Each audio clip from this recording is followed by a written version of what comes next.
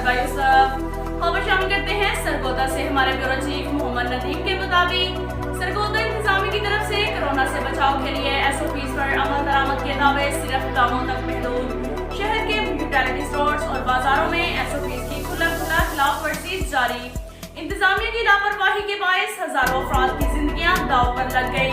Utility store से बड़ी तादाद में अफराद का कोरोना से मुतासिर होने का खदशा। एक तरफ तो इंतजामिया की तरफ से अवाम को कोरोना से बचाव के लिए SOPs पर सख्ती से अमल दरामद करवाने के बुलंदोबांग दावे किए जा रहे हैं, तो दूसरी तरफ यूटिलिटी स्टोर और बाजारों में इंतजामिया की आंखों के सामने SOPs की खुला खिलाफ वर्जी जारी है। लोग मास्क और समाजी फासले के बगैर ही खरीदो फरोख्त में मसरूफ हैं। यूटिलिटी स्टोर पर बुखार से मुतासिर भी मुतअद्दिद अफराद मौजूद हैं, लेकिन कोई पूछने वाला है और ना ही चेक करने वाला। और इंतजामिया की लापरवाही के बायस कई अफराद की जिंदगियां दांव पर लग गई। ऐसी सूरत हाल में बड़ी तादाद में लोगों के कोरोना से मुतासिर होने का खदशा है। अब तक के लिए इतना ही काफी है। मिलते हैं अगले बुलेटिन में, हमारे साथ रहिएगा। अल्लाह हाफ़िज़।